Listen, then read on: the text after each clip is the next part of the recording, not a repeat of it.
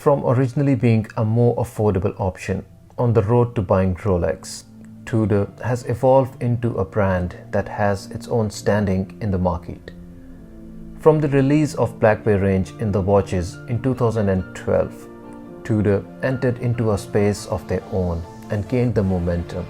But it wasn't until 2016 when they came out with in-house movement reference MT5602 that was COSC certified caliber, that Tudor entered into an era where they have a standing and perception of their own, with some watches that may not even have any competition in the market at all, not just due to the specifications but also the aesthetics.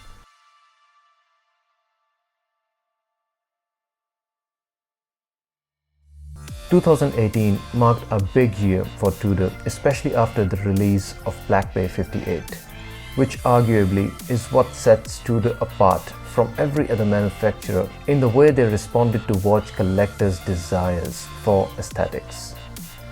While every other watch manufacturer are busy making modern watches to meet today's trends, Tudor released a vintage-looking watch and remastered their watch with completely different dimensions and proportions to pay tribute and honor to Tudor 7924 Oyster Prince Big Crown released in 1958. Not only Black Bay 58 came with 39mm case size to maintain the characteristic proportions of Tudor sub from 1950s, but offered a step up from every other dimension from Black Bay 41. While at 41mm, Black Bay itself received a little reservation from purists who preferred a more smaller and subdued watches. It was the case height of about 15mm that made the 41mm Black Bay a deal breaker for the most. Black Bay 58 also improved on thickness and featured a case that is only 12mm thick. The lugs also further trimmed down from 22mm to 20mm. All these cosmetic changes now make the Black Bay 58 look just about right. Although at heart it is a diverse watch with the water resistance of 200 meters and is meant to be a sports watch, it actually almost feels like a dress watch due to its mild and undersized dimensions that are not aesthetically more appealing but also proportionate. Another design corrector to complement the vintage look of the watch is the gilt dial, that further brings the attention to its rich history.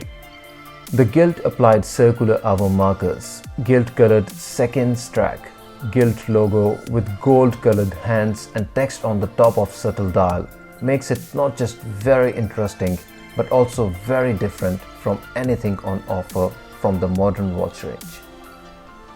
Let's take a moment to appreciate how stunning and beautiful the gold hands look on the matte dial. On one hand, we consider gold as blingy and an element of luxury.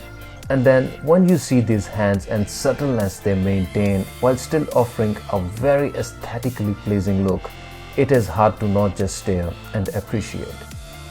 A dateless dial configuration, a crown without any guards, and then that matte dial add to the beauty and subtlety of the watch, ensuring the perfect symmetry and hitting the right design considerations.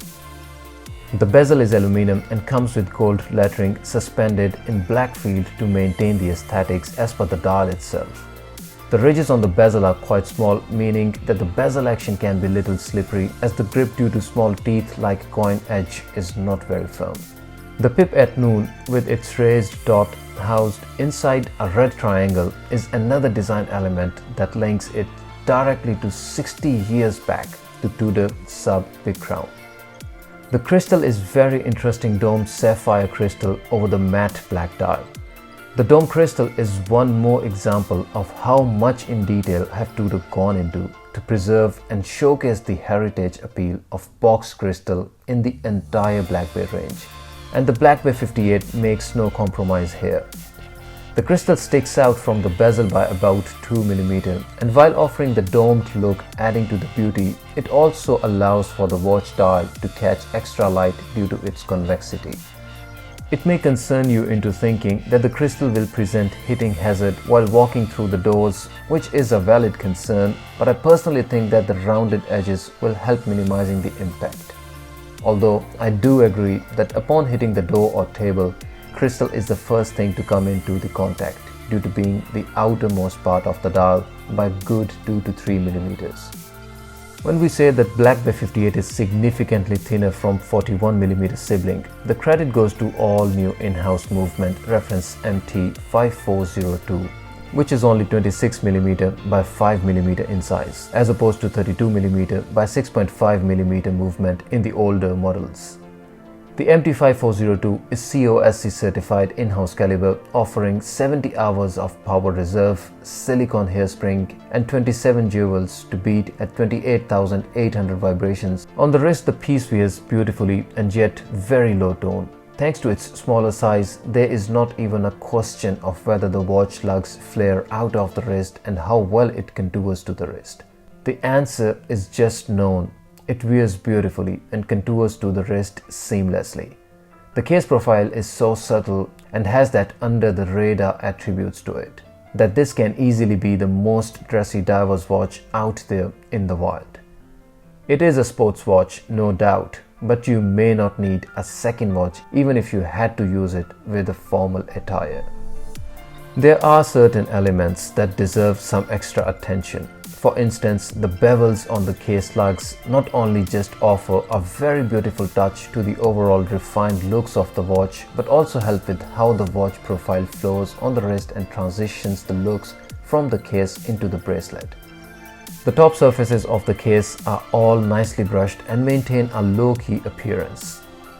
And then the case sides are polished to further complement the higher-end looks of the watch. The top surfaces of the watch are all nicely brushed and maintain a low-key appearance. And then the case sides are polished to further complement the higher-end looks of the watch. The only gripe I have, although minor, is that the bracelet profile at the watch lugs sits lower by about 1 to 2 mm than the surface of the lugs itself. I don't exactly know the reason and if it's deliberate for any reason, but I just find it cosmetically more appealing to have the watch maintain the flow of its profile from the watch case to its bracelet, and profile surfaces marrying each other in perfect synchronization. The bracelet comes with riveted links, which I personally think complement the vintage looks just perfectly.